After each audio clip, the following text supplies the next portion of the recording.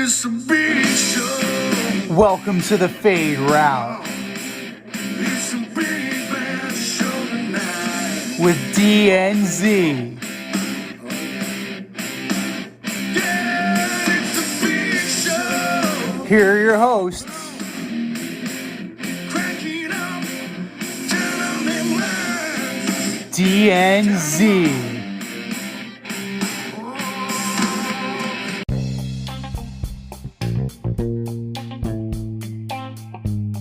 Welcome to this week's episode of the Fade Route with D and Z. I am D, and we got a great show for you tonight. America's team exits the playoffs early. TB12 advances, and a ref kicks a dildo out of the back of the end zone during the Bills-Patriots game.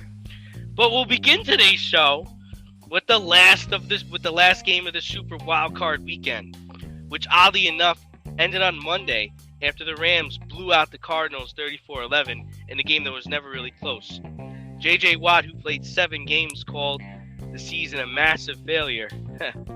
Z, how would you describe the Cardinals season? Well, I wouldn't go with a massive failure just for the simple fact that the expectations weren't as high for the Cardinals as they were for the Rams. If the Rams lost this weekend, that would have been, as John Taffer likes to say, a catastrophic failure. Because there were so many expectations, there's so many All-Stars on this team, there's so many Pro Bowlers, that this was Super Bowl or bust. The Cardinals, they're a nice story, they're a rebuilding franchise, they're getting to where they're getting to where you want to be, where you're a consistent out in the playoffs, you're a consistent performer. But in terms of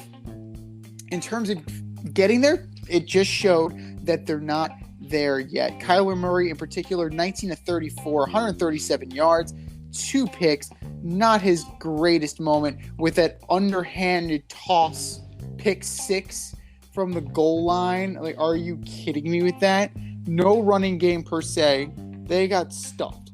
They got absolutely outplayed because the lights were on bright and the Rams finally played up to their potential. And Matthew Stafford, 13 of 17, an efficient game, a very efficient game for 202 and 2 touchdowns. They got the running game going. This was a good job by the Rams. And as far as J.J. Watt goes, I'm going to cede the floor to you because I know how you feel about the rotting corpse of J.J. Watt. But honestly, dude, it just wasn't your time. Your team's on the come. It's the Rams' time to shine.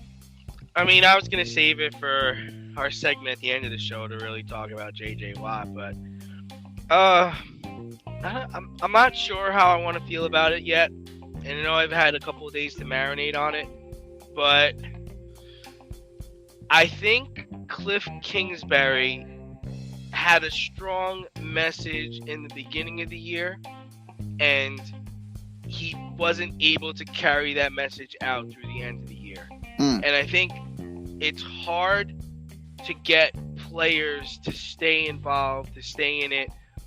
I don't look at the Cardinals as a veteran team anymore now that Larry Fitzgerald's gone. Like, you know, Peyton Manning was saying during the telecast, you're in your own end zone. The guy hits you. You're 5'10". Just go down. It's 2 points. It's not the end of the year. It's not the end of the world. You know, it's not the end of the season. No. You can get back from that. You know, then you're down 16. No, you decide to underhand it. It's like, I saw Cliff Kingsbury's face. Like, he's in shock. He's like, what? Like, why would you? Where on the field is this a good idea? It's definitely not on your own 2, and it's definitely not when you're in the end zone. And we've just seen it before with Matthew Stafford. He did it earlier this season. Right. And you saw what Carson Wentz do it. Are you afraid? Are you scared? Well, what's going on there? They were battling injuries all year, and yeah, every team battles injuries. You know, the Kyler Law missed time, James Conner missed time, the Flash missed time, Hopkins, their best receiver, wasn't there. I mean, you're down 21-0, and I mean, you never even got a chance. I honestly So- don't think I don't even think DeAndre Hopkins would have made a factor. I really don't think so. The way that the Rams just straight dominated the game, and Kyler Murray just looked, like you said, looked completely overmatched. Like he had no idea what he was doing out there. And the thing about it is like that's how this Rams team is built, right? Like this is their strength to have a lead, to let their pass rushers come after you. You played right into their hands. There was never even a chance. So, I wouldn't. I'd call JJ Watt a massive failure, but I'd call this, just this is what's to be expected. This is Kyler's third year, right? I think this is Cliff Kingsbury's second or third year. This is he needs to learn how to change your message in the middle of the season because they started hot.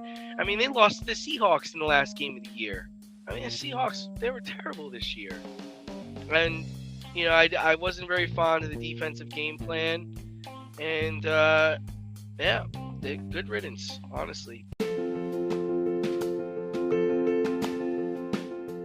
Looking to break into broadcast media, web development, social media marketing, or filmmaking? Then CSB is the program for you.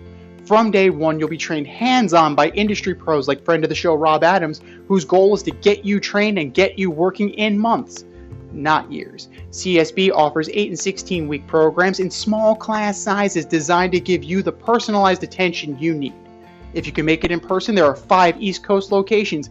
If you can't, they offer virtual classes too. How great is that?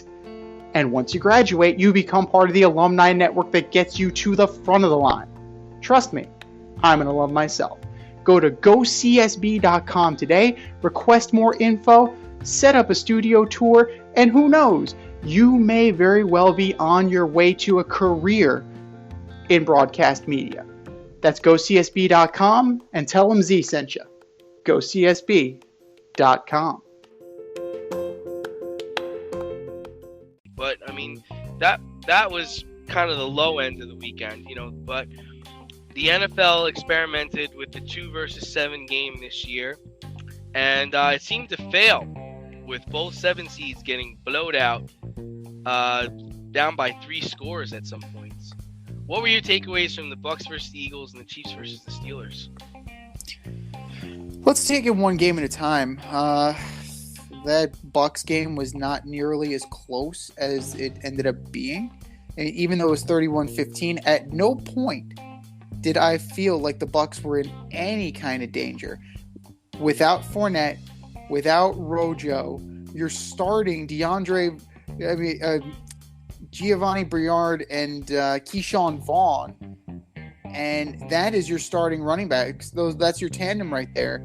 And Tyler Johnson is getting catches. Brady was efficient in how he was able to do things. 271, 2 touchdowns. They neutralized the run, which they definitely needed to, and they were able to. The leading rusher was Jalen Hurts, and we've said this a million times about the Buffalo Bills, and it applies equally to the Philadelphia Eagles. If your quarterback is the leading rusher, you got a problem. So that game in particular, there was just nothing going on. And towards the end, I remember I was on Twitter because I was updating the fade route at fade route DNZ, and Damian Woody had just posted like this little meme. It's like, we have another quarter to play. It's like, Jesus Christ, it was almost like Rocky 3 or Rocky 4 with Drago, just like throw in the towel. It's over. He's dead. Throw in the towel. And as far as the Chiefs go, like, it was what we expected. The Steelers were on some kind of farewell tour for Ben Roethlisberger. They jumped out ahead. The Steelers were able to get ahead after the TJ Watt fumble return for a touchdown. But then, too much of everything for the Chiefs. Like, they actually had a pretty decent running game, a combined 106 yards. You're looking at Mahomes going off for 404 and 5 touchdowns. Travis Kelce getting into the mix, throwing his first career touchdown. So, Andy Reid's feeling good when he's busting out the trick plays. So, to me, 2-7, I don't know if you continue with the format. I suppose you do, but this might have been just a year of just a huge mismatch. I thought it was straight trash. Trash. I understand the NFL wants another playoff game to get in, and players want to get an extra playoff check. But the Eagles, Steelers are just not playoff games. Like, they're not playoff teams. By having 2 play 7, you're setting yourself up for watered down competition at the end. As a fan, I want to see the teams play at their best. Because of the 2 versus 7 game, Tristan Wirfs is going to miss probably this weekend's game. Mm-hmm. The Rams and the Kansas City Chiefs need to buy more fireworks because they used all their fireworks against the Steelers this past weekend. If they keep the 7 seed in the playoffs, then you're gonna at some point you're gonna get sub 500 teams that make the playoffs. Who wants that? It's really just a way for the NFL to control the outcomes of the games. I really truly believe that. And I think players were for this because they get that extra check and they get an extra playoff check. But at the end of the day, more is not always better. Yeah, because I've already heard people saying that, add an 8th seed and then give the 2nd seed the bye. I don't think that's necessarily the answer, because if you look at this year, who would those teams be? It would be the Chargers. Okay, cool. That's fine. But then it would be the Saints on the other side. Do you really want the New Orleans Saints in the playoffs this year? Right. No, I'm in total agreement with you. The answer is less. Fewer playoff teams. And going back to the format that we have had for years, with the 2 byes for the top 2 seeds, and then 3 through 6 play it out. Like, that gives you the most competitive weekends. And if you do end up with a hot team making a run, as you've seen, like, think about the Giants, right? The Giants were wild card and they went to the Super Bowl. So if you make it that far, chances are you're going to rise to the occasion.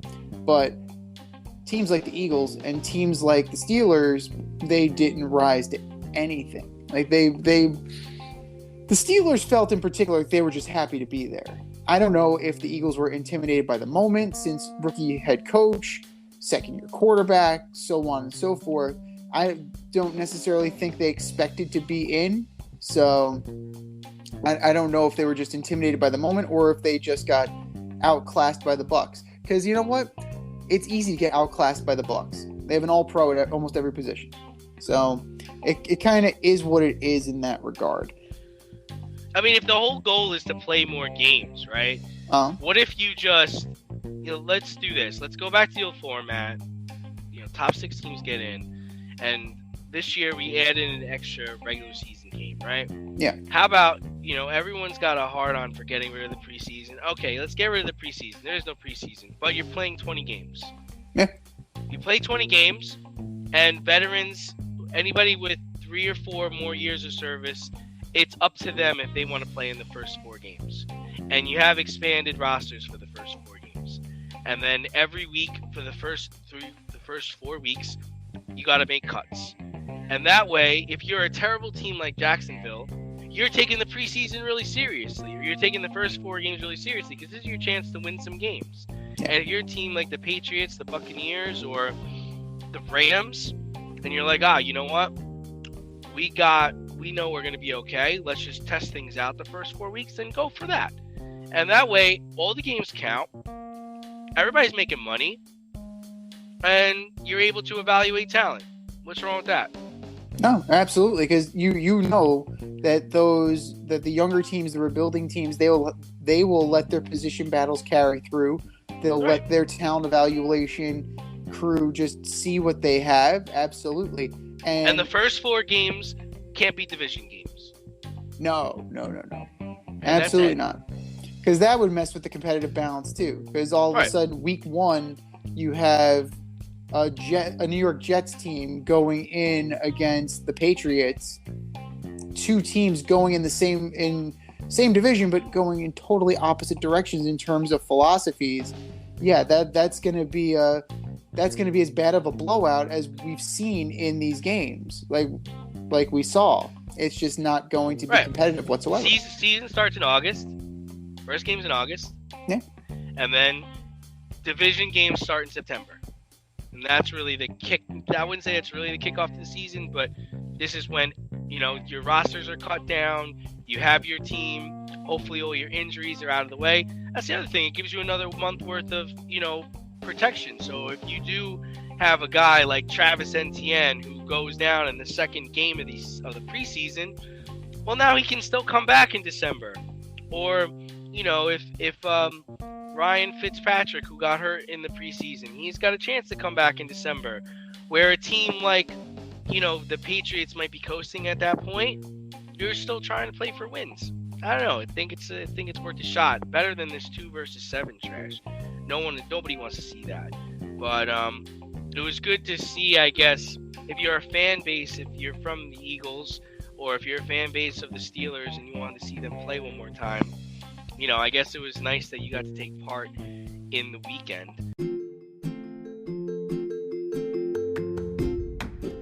You can't help but smile when you see a balloon. The simplest occasion is a party. Westchester Pop Stars, located in New Rochelle, New York, offers balloon styling and decor for all life's events. Birthdays, anniversaries, weddings, showers, school and corporate events, store openings, or just because. Westchester Pop Stars takes balloons and shapes them into works of art, creating decorative installations for your special occasions. No event is too big or too small, and their custom personalization service is top-notch. Westchester Pop Stars is a private studio, quickly expanding. In-person consultation is by appointment only. Send an email to westchesterpopstars@gmail.com for more information or to schedule an appointment.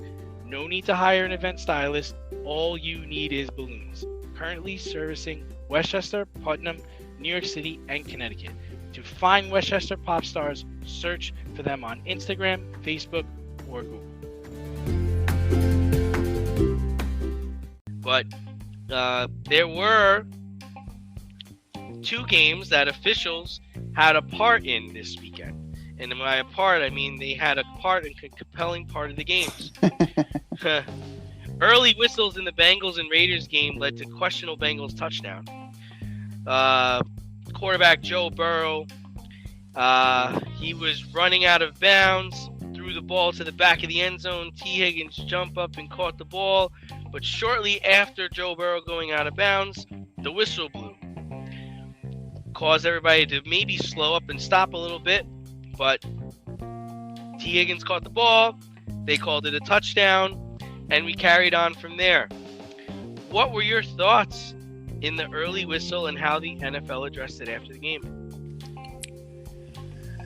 By rule, as we know, and as it was very adamantly explained, that's a dead ball. As soon as the whistle blows, it is dead, you replay it. Period, end of sentence. Where you lose me is trying to go on the field and try and correct it. But a rule is a rule is a rule. You have it on the books for a reason. And Jerome Boger's crew totally foobarred that. Then all you had to do was know the rule book. And as a ref and as linesmen and as back judges, that's your job. Your job is to know the rule and not blow the fucking whistle inadvertently before the play is over. That is your job. You had one job. One. And it took away. It marred a good game. Joe Burrow had a decent game. Not earth-shattering, but he wasn't going to be able to sustain that 1,000 yards in 2 games kind of pace. But he did enough to win. Mixon didn't have his best game, but they did enough to win. And the Raiders, they have a legitimate gripe. they got jobbed out. Plain and simple. Yeah, I mean, this is what we need replay for, right? Mhm. I mean, I'm tired of the current replay format. If there's a part of the game that's done incorrectly, then let's have the sky judge come in and rule on it. We've had it happen a number of times in the playoffs over the weekend, even the last weeks of the season, where a play was clearly incomplete or there was clearly a completion, and rather than a coach waste the challenge, the sky judge goes, no, it's a catch, move on. No, it's not a catch, tell him to shut up and let's keep going. That should be what replay is. I don't want to hear about coach having 2 challenges. If they get those 2 right, they get a 3rd challenge. Like, why are we trying to make sure that only a certain parts of the game are correct? Like, let's make the whole... Like, if the plan is to do this right and get this right, then let's get this right. You can only challenge certain. That's not reviewable. Stop. This was a clear call for the sky judge to say, no, Jerome, you blew the whistle. The play is dead. Start over. That's it. Instead, they let it continue. The touchdown counted, and of course, the Raiders lose by a touchdown, right? And of course, it's the Raiders. Mm-hmm. It's not. It wasn't the Steelers. It wasn't the Chiefs. It wasn't the Bills. It was the fucking Raiders. And then the worst part is you come back and you try to defend it, saying that the whistle happened after the catch. No, that's not true. We all heard it. Everybody there heard it. I'm not saying that defensive back would have made a play on the ball. I don't think it really changes the outcome of the game. But guys, if the point of this is to get it right, then let's get it right. I'm okay with human error on holding and pass interference. Things that are more judgmental, I'm fine on. But if the ball hits the ground, it's incomplete. If the ground causes a fumble, it's not a fumble. If a quarterback crosses the touchdown line, it's a touchdown. If the whistle was blown before the play ended, and then the play is dead, like, there's no argument on that. And I don't understand why this is so hard. And you know what? Just to cross over for a second into baseball, it's like baseball is the one sport, right, where they can actually use replay to get everything right.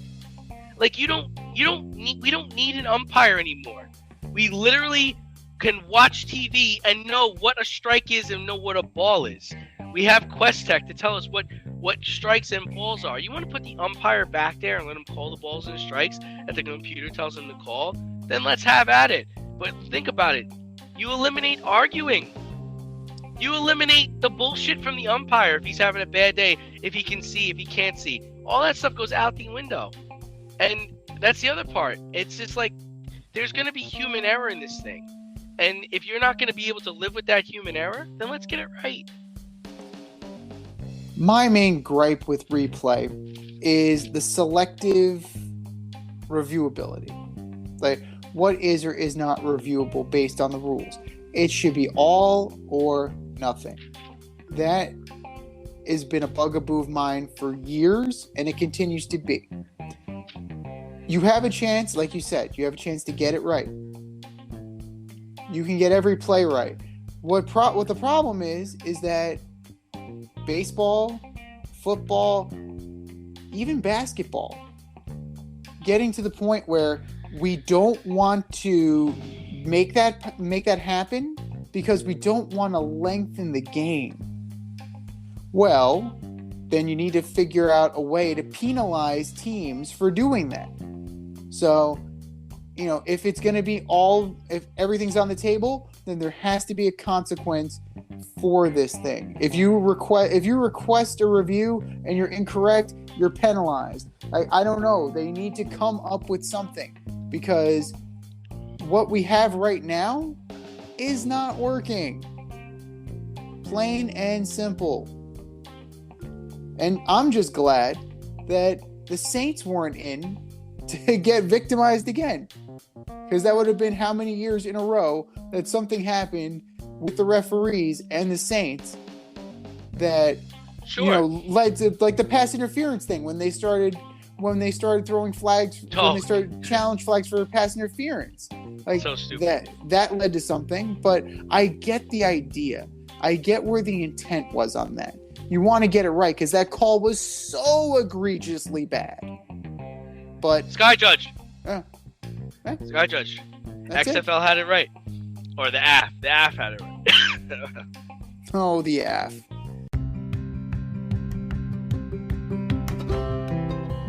Do you love brownies? Of course you love brownies. But you know what's better than a brownie? A delicious, handcrafted, gourmet brownie delivered right to your doorstep. That's what our guys at Sweet Life Brownie Co. offer. Chef Tommy D and the crew offer a dozen delicious delights that you will crave, from the classic OB to Dutch apple to campfire s'mores and many more.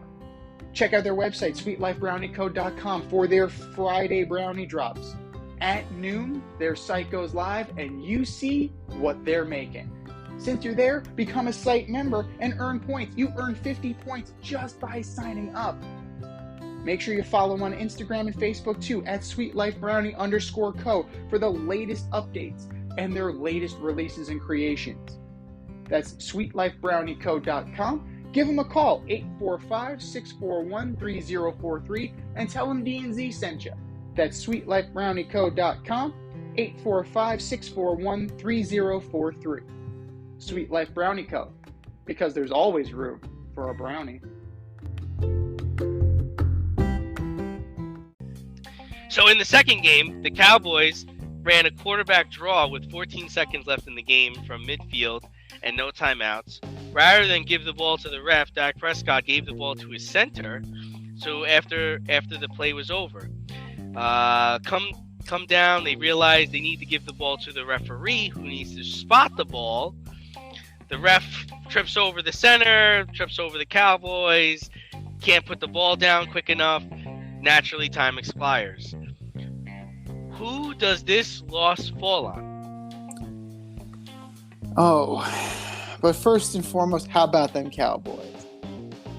But I don't know. It's all foobarred from the beginning. You know, you have 14 seconds left. You have no timeouts. Who calls a quarterback draw? Who calls a quarterback draw? That is like the you can call, because why? They're gonna give you the middle of the field. They're gonna say, take it. Take it. Take all the yards you That's want. when you're supposed to. That's when you're supposed to look over the sideline, like, Kellen, I can't hear you. I can't hear you. Right. Okay, I'm just gonna call my own play. This guy's a quarterback draw. If Kellen Moore calls that, then that's on Kellen Moore. Dak Prescott, if you're any kind of quarterback worth your salt, you are checking out of that play at the line. You're like, yeah, I heard that. We're not doing that. And then, no, Seriously. it's like plain and simple. That's the dumbest thing I've ever fucking heard. We're not doing that. And on top of that, it compounds itself with Dak Prescott giving the ball to the center rather than the umpire, because the umpire's got to set it, and you know the rules. You're not a rookie. So this falls on Dak Prescott, and then after the game, it continues to fall on Dak Prescott, because in the press conference, he kind of intimated that agreed with fans throwing garbage at the refs. Awful. Dude, Awful. the only thing garbage was your performance in the last 14 seconds. The play call was wrong, the execution was wrong, everything was wrong, and it falls on you as the starting quarterback. Yeah, I mean, for me, it falls on everyone. It certainly doesn't fall on the ref, because the ref was just trying to do his job. You try sprinting 25 yards in 15 seconds to go spot a ball. And then squeezing between the center and Dak Prescott, trying to get the ball, put it down. I mean, it's definitely not his fault, but I think it falls on everybody. Right? It falls on Mike McCarthy for terrible clock management again. You know, and for having such an undisciplined team. 14 penalties in the game, 8 of which resulted in a first down for the 49ers. The Cowboys led the league in penalties this year. How about Dan Quinn letting Debo Samuel and one-handed Jimmy G hang 20 points on them, man? Where was this great Dallas defense that we saw all year? Dak Prescott, terrible throws. Not knowing the rules? You don't know that the ref got to put the ball down, dude? You don't practice this on Fridays in the 2-minute drill? Get the ball to the ref? What are you guys doing? Don't tell me Mike McCarthy doesn't know that, because I know he does, because Aaron does it. Kellen Moore not telling Dak to start his slide with 10 seconds left to maybe give them a chance. You want to call the draw? Call it, but say, Dak, you got to start getting down at 10 seconds. You got to get down so we can spike the ball. Hey, Dak, remember, give the ball to the ref after you get down. Don't give it to the fucking center. The fuck is the center going to do? He doesn't even know where to put the ball. You realize he did that? He gave the ball to the center, and the center had no idea where to put the ball. Yeah. Well, Dak, I don't know. Where the fuck did you go down? I have no idea what the hell Dak Prescott was doing in those last 14 seconds. It was everything that was wrong and everything that is indicative of the Dallas Cowboys. They're great world beaters when there's nothing on the line. But the moment that there are legitimate stakes, they fold like a cheap suit. I don't know. I just don't know. They were talking about this on the radio today, and they were just talking about how good of a quarterback Dak Prescott is. He had a good year. Not a great year, but a good year. You got Zeke Elliott. You got a $100 million receiver. You got $60 million, defensive lineman. Why aren't you able to do better? Where are we not connecting the dots? Right. I don't know. This was probably their best chance to win a championship. I don't think their window's closed, but they got some decisions to make as far as contracts are concerned with Lawrence, Cooper, etc. But Zeke's gonna get older. Dak's gonna get older. You don't know what's gonna happen. I mean, but where's the disconnect? I don't know where it is. I don't know what the flaw is in this team that they have Jimmy G and the 49ers come into their house and beat them. Well, for starters, the defense is predicated on takeaways. That is really what was their calling card all year. Trayvon Diggs in particular. Where was he? He didn't show up. I would argue that Leighton Vander Esch was probably their best defensive player on Sunday. And, Randy Gregory, completely undisciplined. How many times did he have a neutral zone infraction? Your job is to get... And defensive holding. Yeah. Defensive holding on that defensive line? No. What the hell are you guys doing? I don't know. Dan Quinn's not teaching you how to play like that, man. No. I think the disconnect is in talent evaluation. They clearly think too highly of their players. And that falls on the GM. And who's the GM? Oh, it's also the owner. And I think this is really an issue of him not listening to the right people. He's brought in plenty of talented guys, but for whatever reason, they cannot get over the hump. So maybe they're not as good as you think they are, because you got rid of Jason Garrett. He had to be the problem, right? You brought in Mike McCarthy. They're still not winning. Oh, Romo's gone, because it goes all the way back to Romo. Romo's gone. Dak is in. He must have been the problem, right? No. We're going to bring in Amari Cooper. We're going to bring in a big receiver like CeeDee Lamb. We're going to bring... No.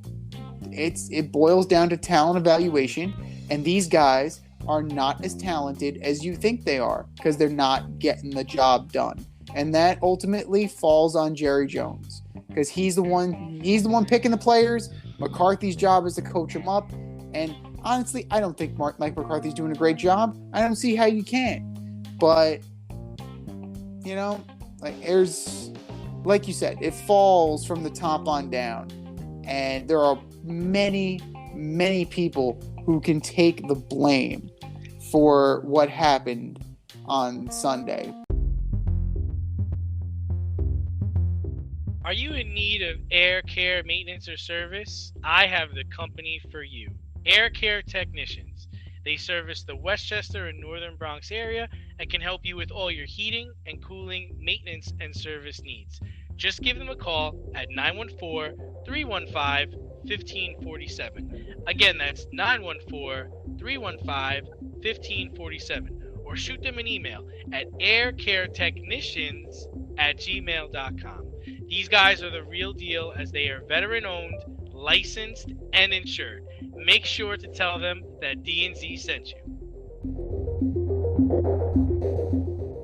But another thing that happened was the Buffalo Bills routing the Patriots 47-17 on Saturday night.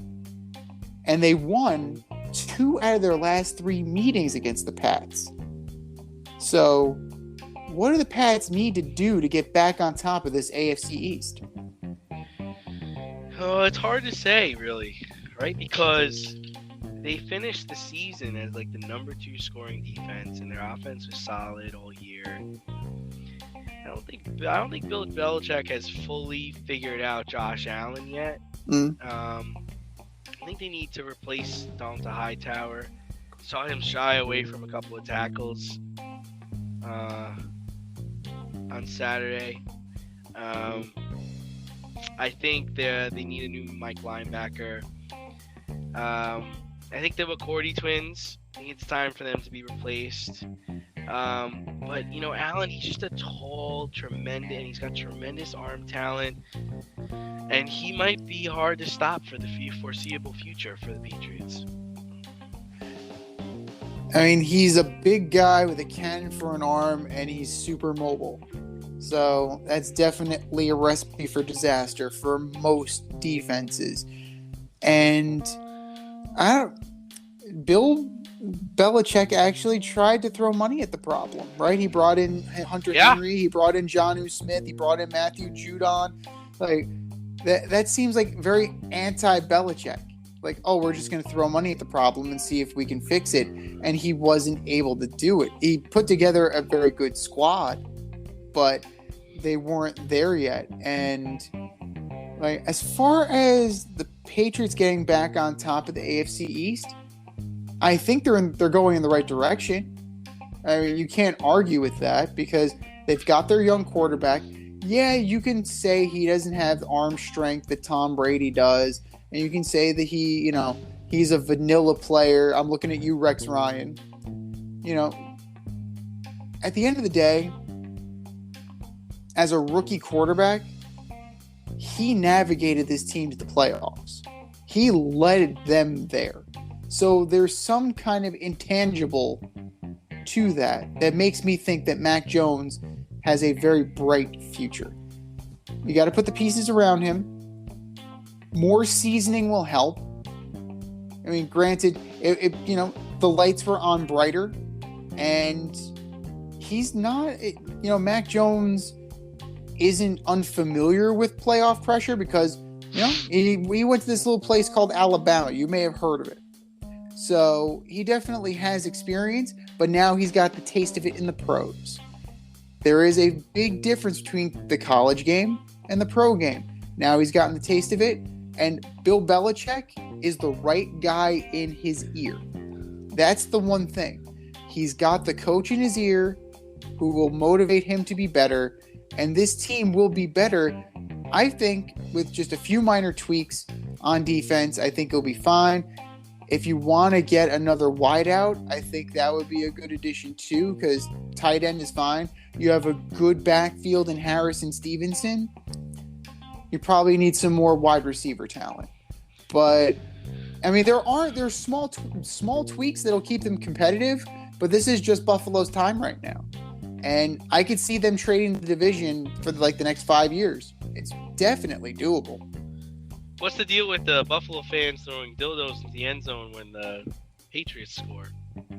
That's a great question. I didn't even notice it at the time, and then Me neither. I saw it on replay. I'm like, what is that? I'm like squinting. I'm like, did somebody lose a towel? I'm like, that's an odd shaped towel. It's a big towel. That is a big and oddly shaped. Oh my god! And Kendrick Bourne pointed out to the ref. I don't know what he wanted the ref to do about it. He would throw a flag. I'm not touching that. it. No. I'll kick it. I'll kick it out. But yeah, that was interesting. And then the other thing that was interesting for me anyway was Ryan Fitzpatrick in the stand. What the hell was he doing? Taking off his shirt. It's fantastic. Ryan Fitzpatrick is a national treasure. Very fitting. It was such a weird ass game between the dildos and the blowout and Fitzy. I'm like that. The hell is going on in Buffalo? They brought the entertainment. If anything, they had the most entertaining game for the stuff that wasn't happening on the field. Well, okay. Well, switching gears to basketball. Kevin Durant sprained his MCL. Be out the next 4 to 6 weeks. Nets are not very healthy right now, but does that matter? At the moment, no. But long term, it definitely has an impact because you're still in the midst of this issue with Kyrie Irving, right? Kyrie, even though Durant is hurt and his team could use him for all the games, still sticking by his gun. But it's definitely going to bode negatively for them because right now they're 6th in the league in points per game. That's great, but that's with Kevin Durant. Kevin Durant's averaging 29. So you take 29 away. I mean, who's stepping up? Is it LaMarcus Aldridge? Is it Paul Millsap? Is it Blake Griffin? Take your pick. Like, I mean, what are we doing here?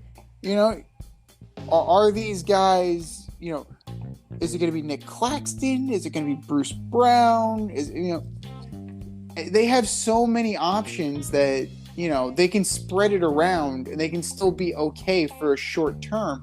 But if this goes longer and you have to rely on guys other than James Harden, it's definitely going to be, more problematic, especially as these guys, as we've noted, like they're a little bit long in the tooth.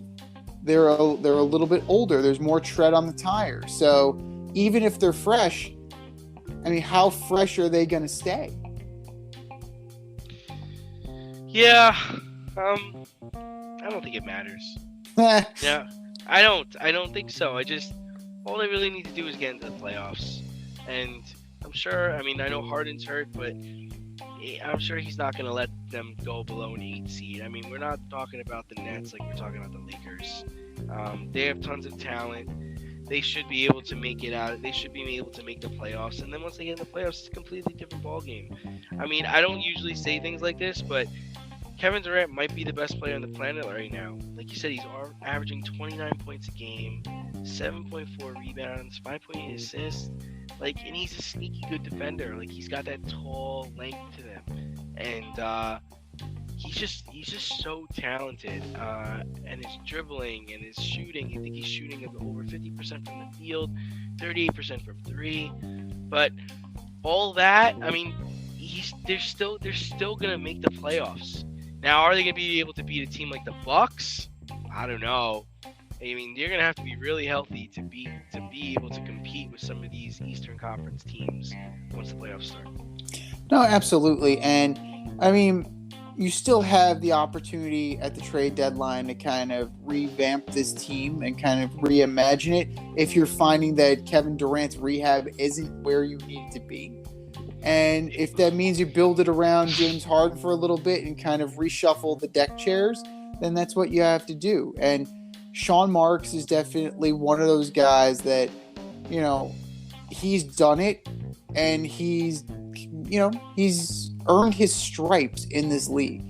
And I think that they will be able to stem the tide for sure. But if they do fall to the 7 or 8 seed, right? Imagine that. you're the Bucks. You're the number 1 seed, and you draw the Nets in the first round. That was supposed to be an Eastern Conference Finals matchup, and now it's a first round. I don't think the Bucks will care though.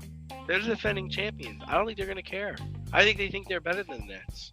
I don't think they scare them, especially if Kyrie's not playing in every game. I don't think they're scared. I really don't. No, I don't think the Bucks are scared, but that's definitely a tougher. The NBA might be upset about that. No, that's for sure. They'll definitely be concerned in that regard. But I mean, you're seeing dollar signs at that point. You're gonna, this is gonna be our main event matchup, and next thing you know, it's a first round knockout, and it's like you're just tanked. Especially, it's a double whammy because of how the Lakers are performing. Because the Lakers, there's no guarantees for them, and then having the Nets kind of like peter out, like that would be disastrous for the NBA in terms of ratings.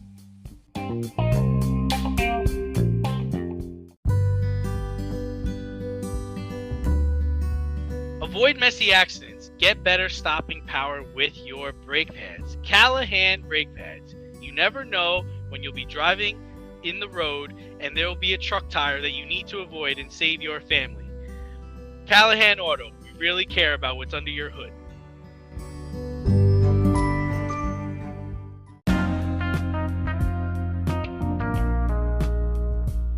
It's the In Route, where friends of the show get a special segment with us. Want to be part of the action? Want to be the newest member of the In Crowd? You know what to do. Hit us up, faderoutemail@gmail.com, or slide in those DMs on Fade Route Podcast on IG, or hit that Twitter, FadeRouteDNZ.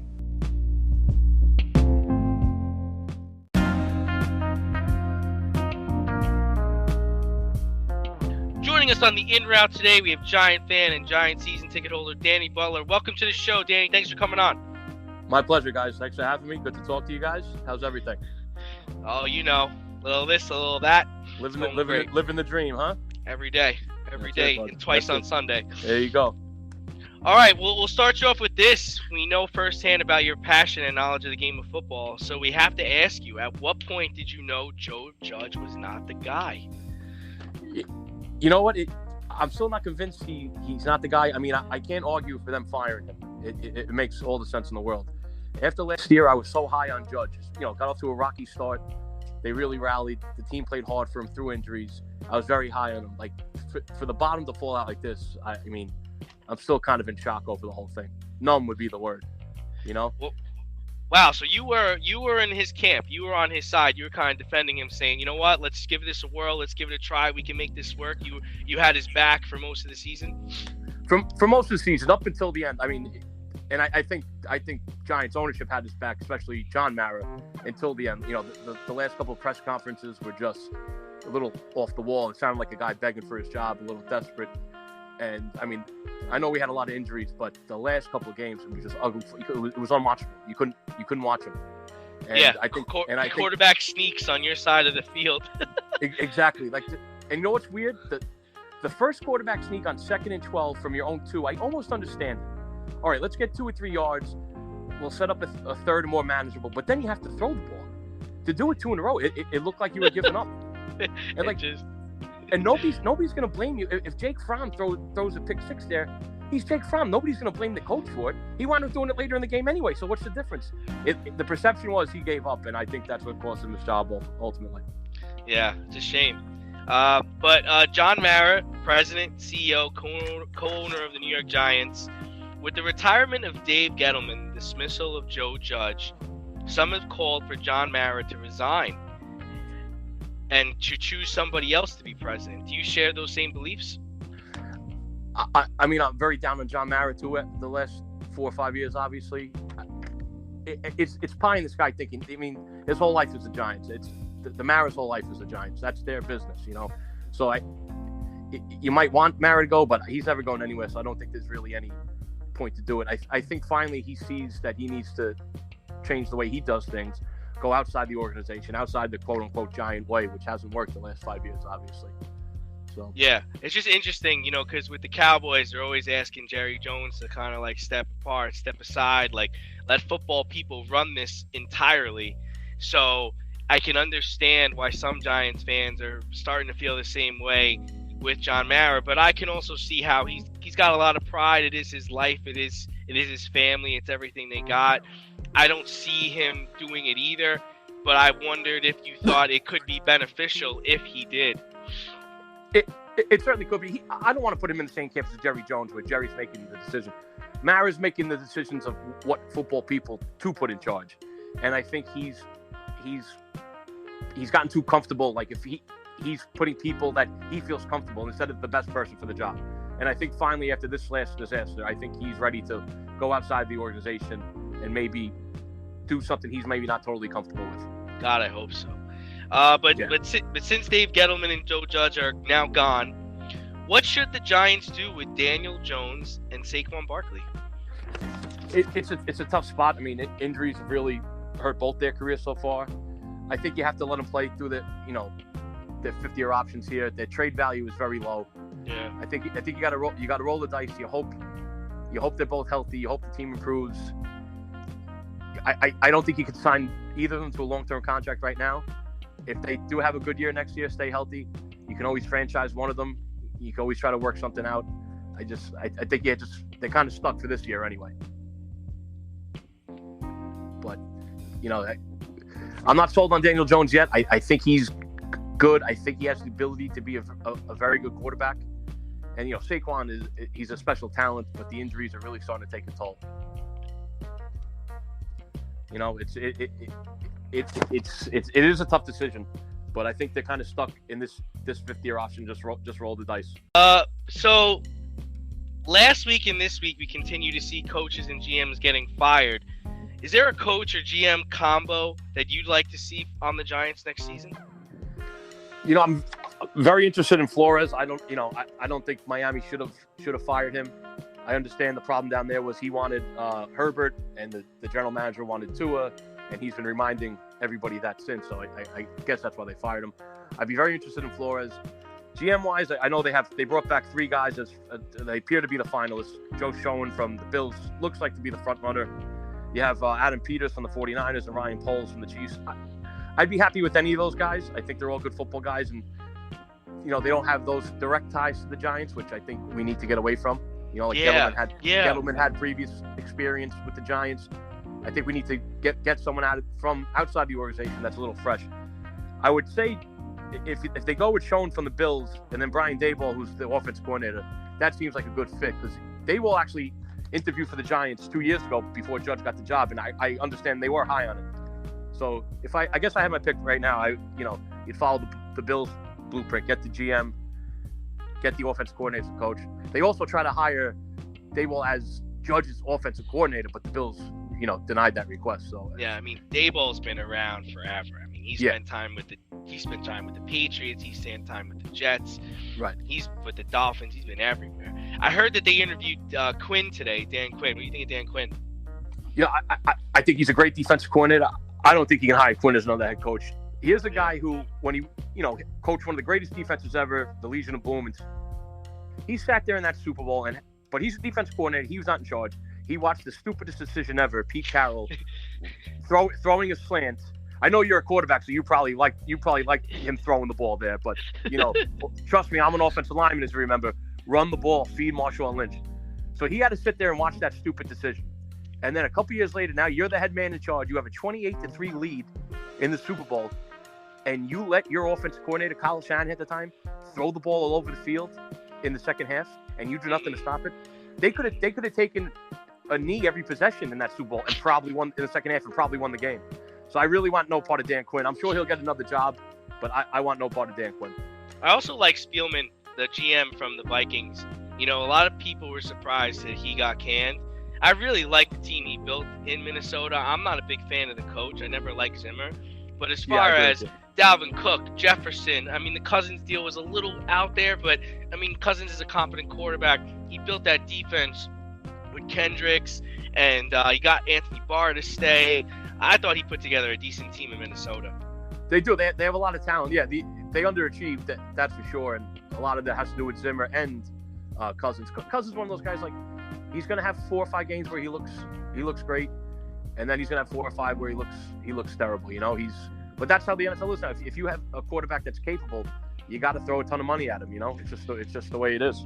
Yeah, I mean, the thing about Cousins is he's good, right? It's, you know, he's got what I think he finished the year with like 26 touchdowns, something like 5 interceptions, but you know, he's not the flashy guy. You know, he's not gonna win you games. He's gonna keep you in games. And some people say that's good, some people say that's bad, but I did like the job Spielman did there.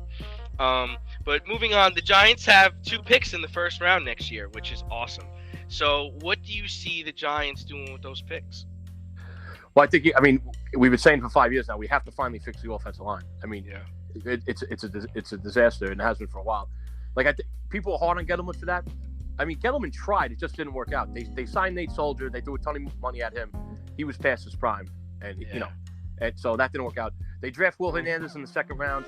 They thought he was going to be, you know, a Pro Bowl caliber guard. He's been a disaster. So you got to go offensive line. Whether it's, you know, Evan Neal looks like he's the hot one right now. I don't know if he'll last till 5. I mean, I know it's still early before the combine and everything, but you got to go offensive line. Whether it's Neal, or it's the tackle. I forget how to say his name. The kid from NC State. Nobody can say his name. Yeah. You know, I would like Tyler Limbaum, the center from Iowa. I know it's tough to take a center in the top 10, but we need to fix the interior. The left tackle, Andrew Thomas, looks like he's going to be the real deal. He looks like he might be a foundational piece at left tackle. So, you know, I would love to do what the Jets were able to do back at, you know, in the 2000s, where they had 2 picks when they took the Brickishaw and Mangold, and then had 2 Pro Bowlers for the next 10 years. That would be the dream if you could do that. It seems like it's been like the Cowboys blueprint too. I mean, they seem to always be able to draft offensive linemen or sign them for dirt cheap, and they just wind up being Pro Bowlers. I mean, their line was so solid for the last 5 years. You know, it really was. Like, you know, they're all kind of maybe getting old at the same time. Yeah, they're not done. Yeah. But they were the best offensive line in football for 5 years. Just like the last 2 Giants Super Bowl runs, especially the first one in 2007. We had the best offensive line and the best defensive line in football. It's you know, football gets a lot. People make it more complicated than it is. If you have the best offensive line, the best defensive line, you have a good chance to win.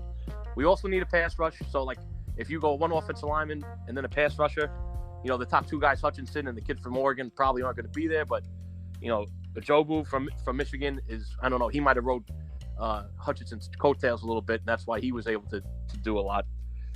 I also wouldn't be opposed to, like how we did last year, trading back, especially if, you know, if you're going in this season with Daniel Jones as your quarterback, because it's a weak quarterback draft this year. If you took a stud offensive lineman or a stud pass rusher at 5 and were able to trade back and maybe get like a first round pick for next year to kind of maybe as an insurance policy for Daniel Jones in a stronger quarterback draft next year. I mean, it's an interesting, it's a good problem to have. You know, you have 2 picks. You need 2 guys to come in right away and be starters and be, you know, and really change the momentum of the way things are going. Yeah, I mean, especially if they're going to be high picks. All right, we'll get you out of here on this, along with being a Giants fan, and we also know you're a big Yankee fan. What do the Yankees need to do as soon as this lockout is over? They need to start spending money. Seriously, right? It's unbelievable. Like, as bad as John Mara's been, like, he cares. I start to wonder if Hal Steinbrenner cares. He wanted I don't think he wanted any part of succeeding George. I think they gave Hank a shot, you know, God rest his soul. But, you know, Hank was like George without any of the good parts, you know. But yeah, we need to start spending money.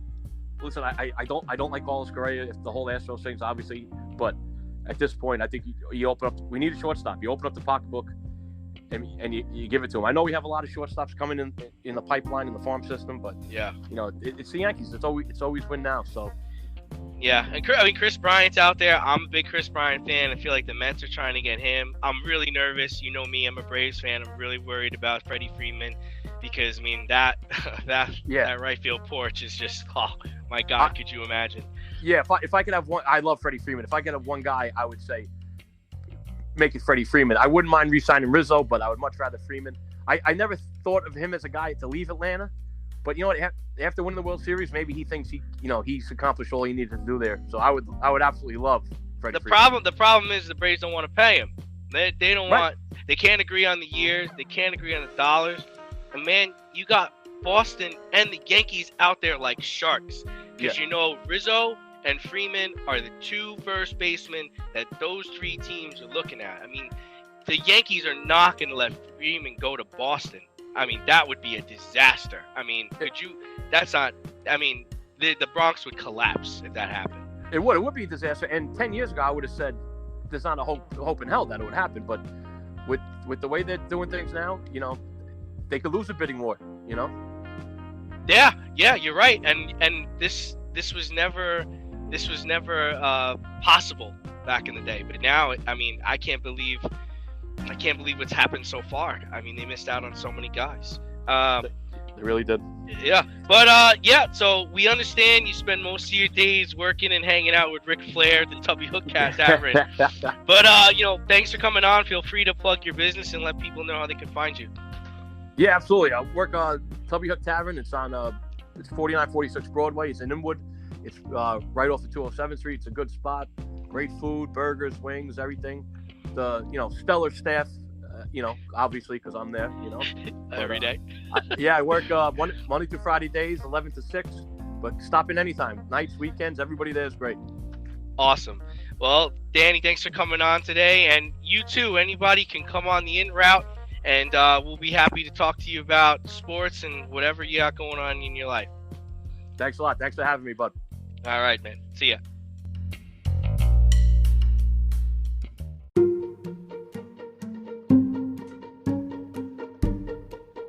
The Fade Store presents the Alleged Superstar of the Week Award.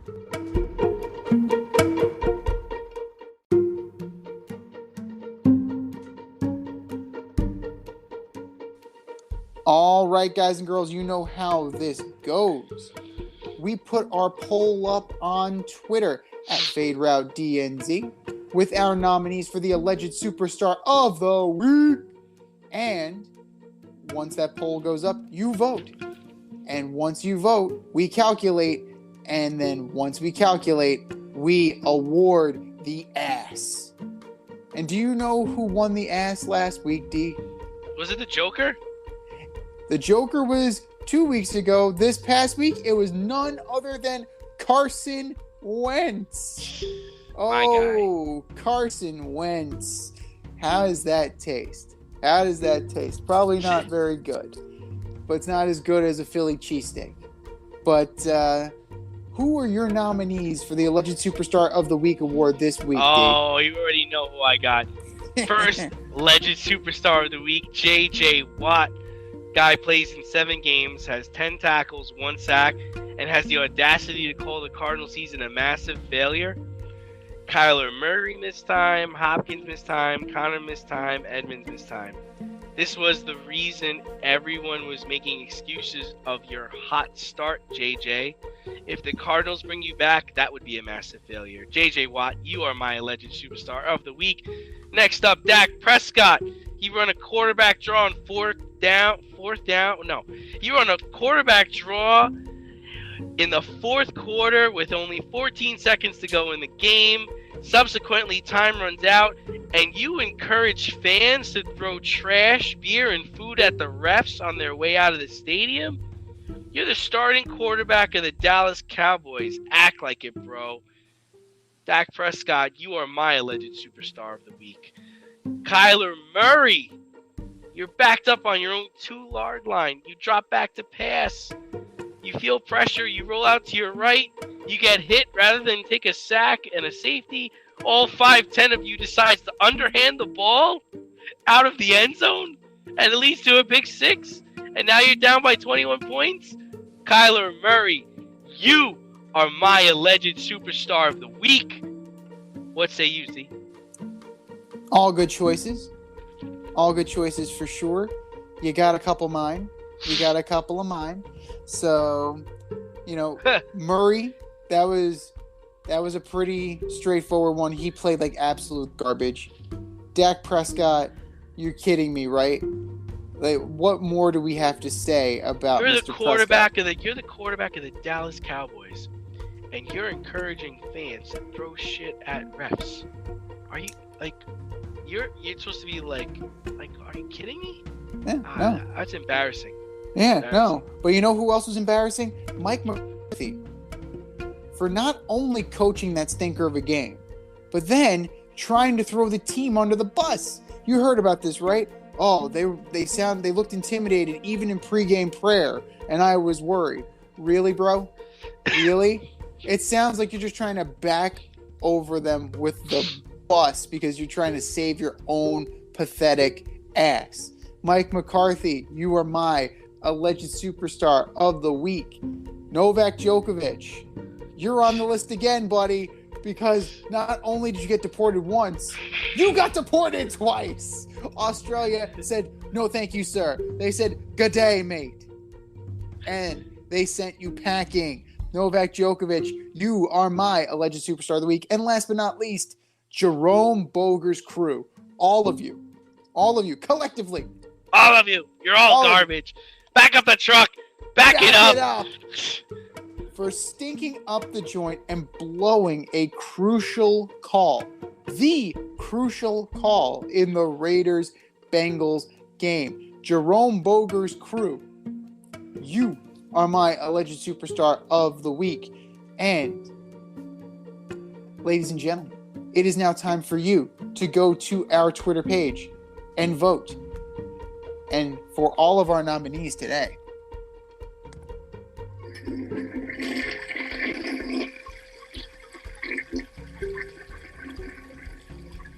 just do better, boys.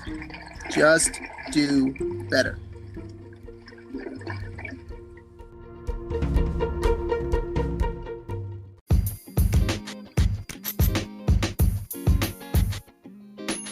Your favorite podcast has its own merch line now. Go to the Fade store with DNZ.com today for all your Fade Route merch needs. I'm talking tank tops, t-shirts, sweatshirts, like yoga pants, we got those too. Like some cool accessories, we got those too. And we're not done yet. We have so much more planned for you, but check out what we have today at the Fade store with DNZ.com. That's the Fade store with DNZ.com.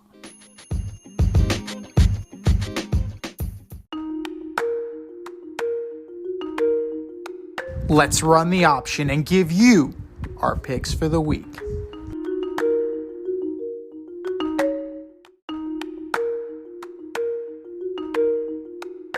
All right, brother. It is time for the option for the divisional round. How'd you do last week? I actually did pretty good. I went 5-1. I only lost the Steeler game. It's a nice job. I went 4-2. Rolled the dice a little bit, and rolled the dice on the Raiders, rolled the dice on the Cardinals, and, well, one of them was a complete overreach. The second one, as we know, thanks, Jerome. But Saturday, January 22nd, speaking of the Bengals, 4:30 p.m., the Cincinnati Bengals at the number 1 Tennessee Titans. Who you got? Yeah, I'm gonna take the Titans. My whole thing is Joe Burrow could throw a clunker in there every once in a while, and I don't believe in Cincinnati's defense. I think they have a whole ton of talent on offense, but I don't believe in them on defense, and especially if King Henry is returning. And then as far as the defensive side of the ball for the Titans, they have some first rounders on that defensive line. They're going to be ready to play, so I'm taking the Titans. I'm going to go with the Titans as well. Like, you have Landry, you have Bud Dupree, you have Kevin Byard, you have guys on defense that can go for the ball as well as go for the quarterback. So that's something that's definitely going to work in their favor. And Derrick Henry, like, even without Derrick Henry, the Titans were still able to run their offense. Now, getting him back is a luxury. So we'll see what Derrick Henry actually is, but I think that they'll still be able to work over the Bengals and get to the next round. Saturday night is all right. The San Francisco 49ers go into Lambeau to take on the Green Bay Packers. Man, I really want to take the 49ers, but I'm going to go with the Packers. I don't know Nick Bosa's status. I don't know Fred Warner's status. I know Jimmy G's status. And he's just going to give the game away. That's kind of what his MO is, whether he's healthy or not.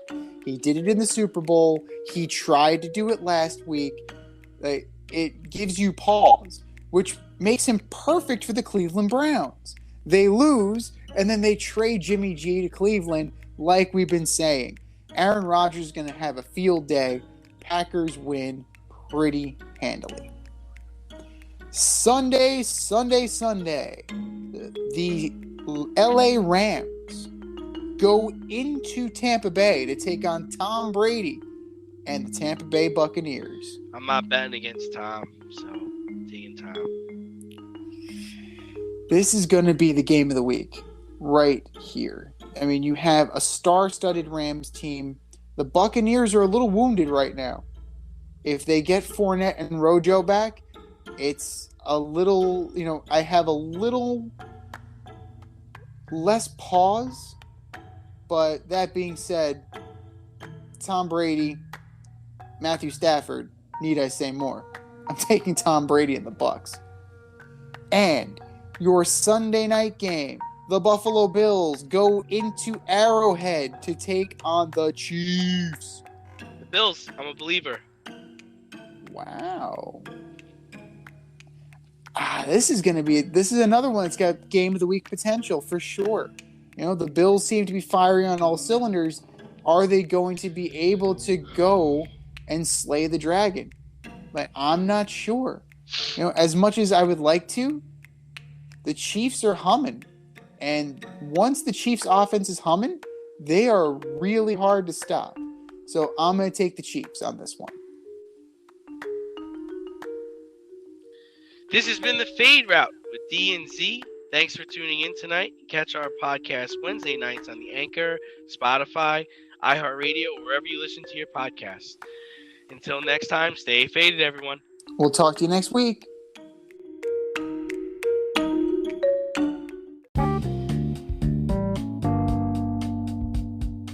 If you want to get in on the action, we want to hear from you. Hit us up at Fade Route Podcast on IG, faderoutemail@gmail.com, or slide in our DMs at Twitter at FadeRouteDNZ. Questions, comments, picks, segment suggestions, you name it. We want to hear from you.